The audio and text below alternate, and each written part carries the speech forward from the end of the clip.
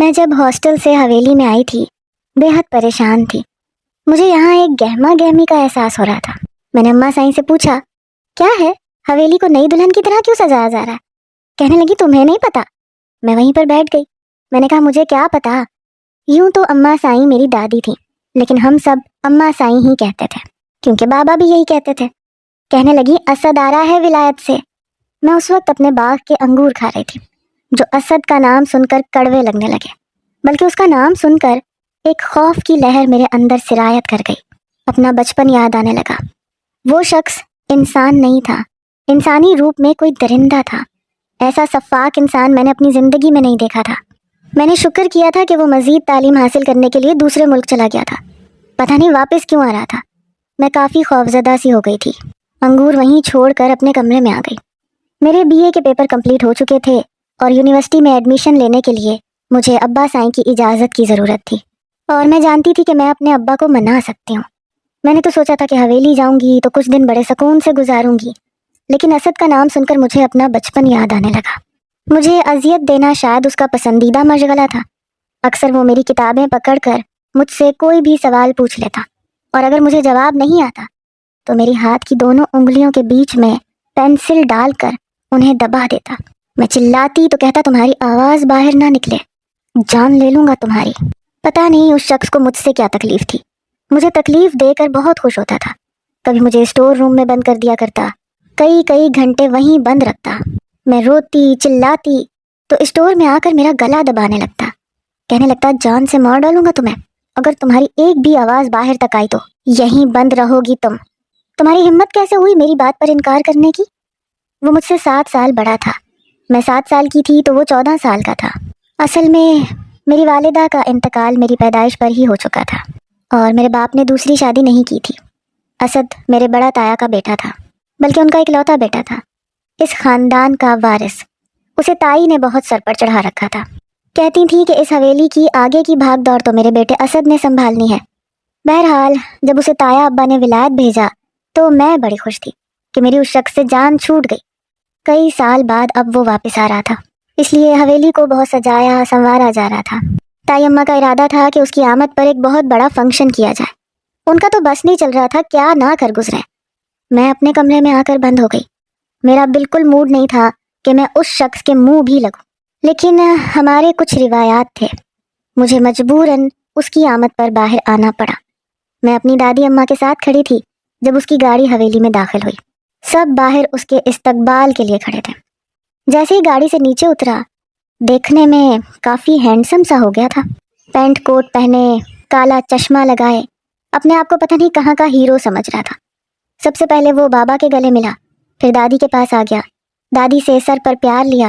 دادی نے روتے ہوئے اسے سینے سے لگا لیا. وہ اپنی والدہ سے ملنے لگا. تائی اماں بھی روئے جا رہی تھیں. پھر اس کی نظر مجھ پر پڑی.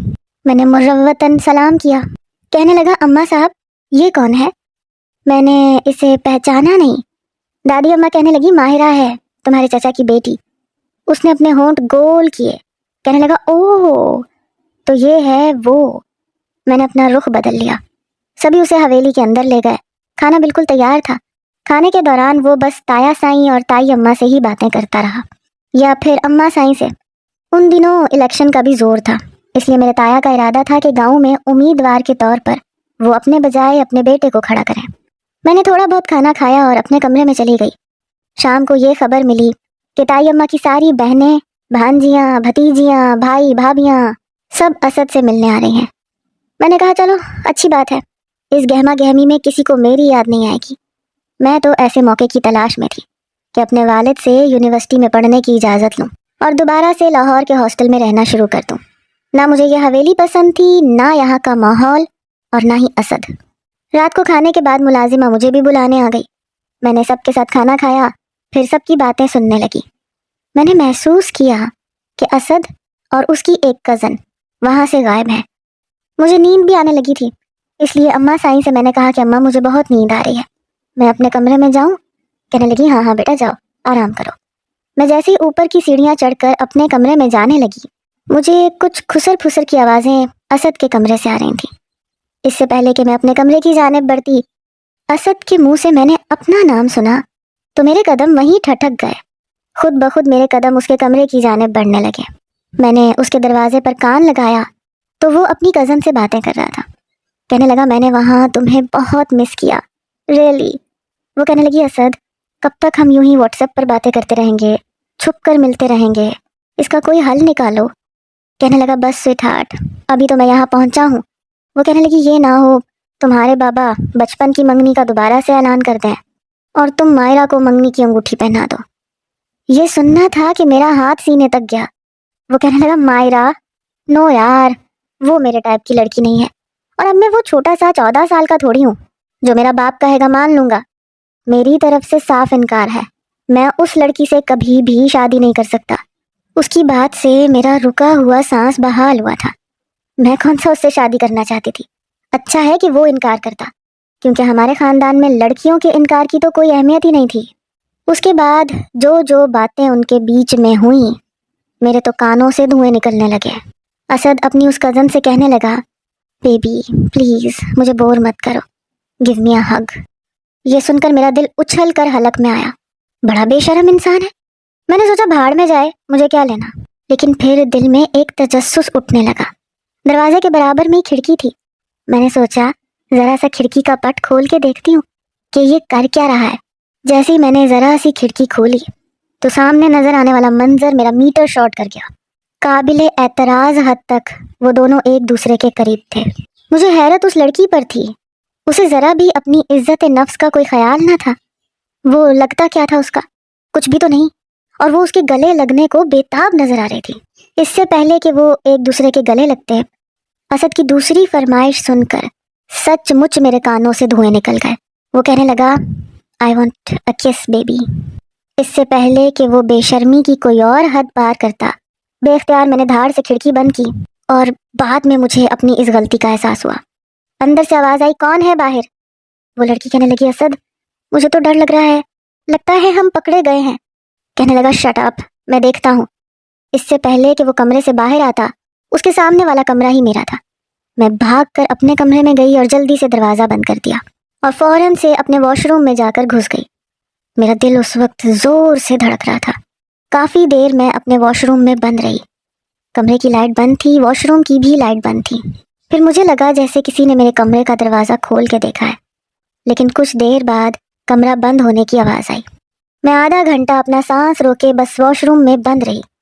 پسینے سے بری طرح سے شرابور ہو چکی تھی۔ اگر اسے پتہ چل جاتا کہ میں اس کی یہ نازیبا حرکتیں دیکھ رہی تھی تو وہ مجھے اسٹور میں بند کر دیتا، یا نہ جانے مجھے کیا سزا دیتا۔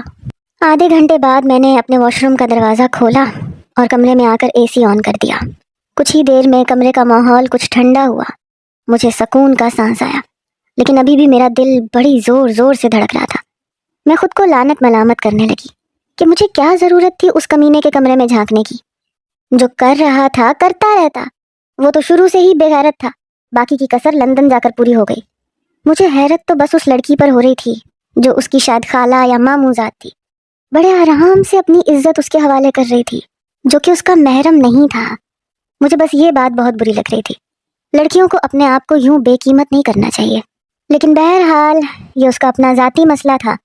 کچھ دیر میں بیڈ پر لیٹی رہی اور اس لڑکی کے بارے میں ہی سوچتی رہی۔ پتہ نہیں کب اور کیسے میری آنکھ لگ گئی۔ صبح جب میں اٹھی تو کافی فریش تھی۔ میں نے گھڑی کی طرف نظر ڈالی تو ناشتہ لگنے میں ابھی آدھا گھنٹہ باقی تھا۔ میں نے شاور لیا، کپڑے بدلے۔ جیسے ہی اپنے کمرے سے باہر نکلی تو اسد ہاتھ باندھے سامنے اپنے کمرے کے دروازے پر کھڑا مجھے ہی دیکھ رہا تھا۔